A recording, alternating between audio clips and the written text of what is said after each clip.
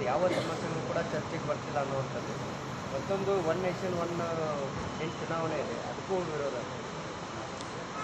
ಮುಖ್ಯವಾಗಿ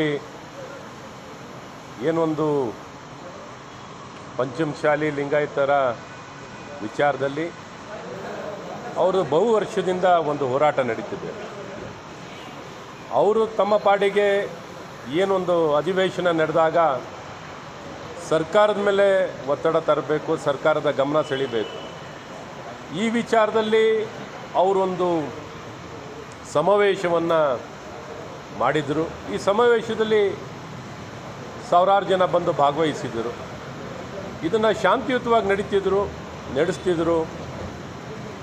ಸರ್ಕಾರ ಇದನ್ನು ನಿರ್ವಹಣೆ ಮಾಡಲಿಕ್ಕೆ, ಅದನ್ನು ಶಾಂತಿಯುತವಾಗಿ ಎಲ್ಲವನ್ನು ನಿರ್ವಹಣೆ ಮಾಡೋದ್ರಲ್ಲಿ ಸಂಪೂರ್ಣವಾಗಿ ವಿಫಲವಾಗಿರುವಂಥದ್ದು ಕಂಪ್ಲೀಟ್ಲಿ ಇಂಟೆಲಿಜೆನ್ಸ್ ಫೇಲ್ಯೂರು ಮತ್ತು ಸರ್ಕಾರದ ವಿಫಲತೆ. ಇದನ್ನು ಮುಚ್ಚಾಕೊಳ್ಳೋಕ್ಕೆ ಈ ರೀತಿ ಅಲ್ಲ ಸಲ್ಲದ ಆಪಾದನೆಗಳನ್ನು ಮಾಡುವಂಥ ಪ್ರಯತ್ನಗಳನ್ನು ಇವತ್ತು ಕಾಂಗ್ರೆಸ್ ಸರ್ಕಾರ ಮಾಡ್ತಿದೆ.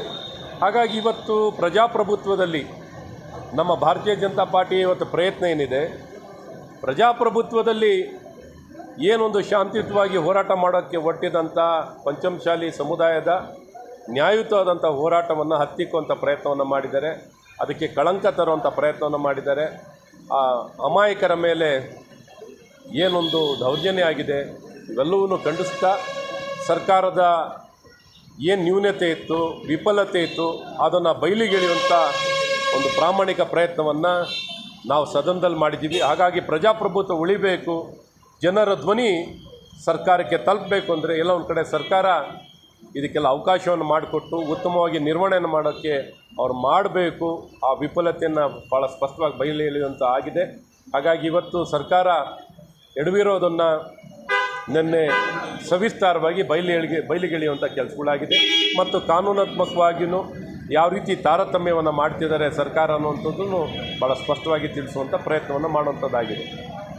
ಒನ್ ನೇಷನ್ ಒನ್ ಎಲೆಕ್ಷನ್ ಇದು ಭಾಳ ಭರವಸೆದಾಯಕವಾಗಿರುವಂಥ ಒಂದು ನೀತಿ, ಒಂದು ಕಾನೂನು. ಈ ಕಾನೂನು ನಾವು ಇಡೀ ದೇಶದಲ್ಲಿ ಎದುರು ನೋಡ್ತಾ ಇದ್ದೀವಿ.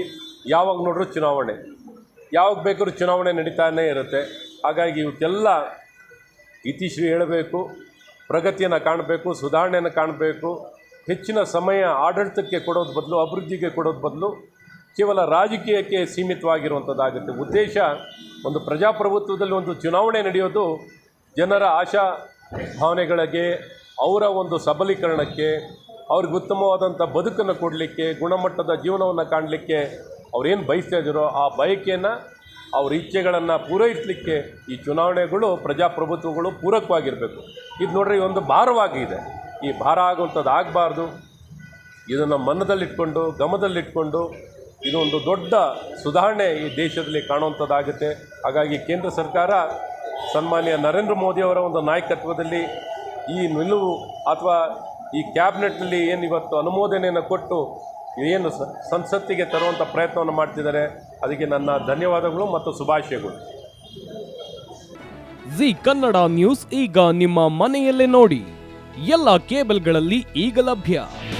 ನಿಮ್ಮ ನೆಚ್ಚಿನ ಜಿ ಕನ್ನಡ ನ್ಯೂಸ್ ಈಗ ಸನ್ ಡೈರೆಕ್ಟ್ ನಲ್ಲಿ number 292, Tata play number 1664, Jio TV number 1334, NXT digital number 30, in cable number 30, city networks 51, U digital number 162, GTPL number 17, Rockline telecommunications number 42, Shri Basaveshwara cable number 168, rural cable network 60, Vinayaka digital 57, Abhishek cable 821, city channel 53, Siddeshwara cable network 57, V4 digital Infotech 628, Surya digital networks 53, Gajanan digital number 836, Malnad infotech private limited number